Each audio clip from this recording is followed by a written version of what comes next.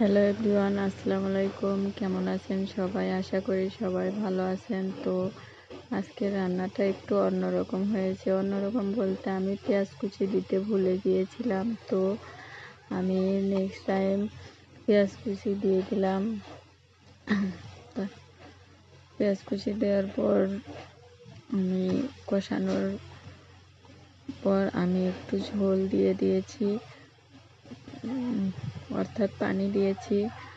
তারপর আমার রান্নার ফাইনাল লুক।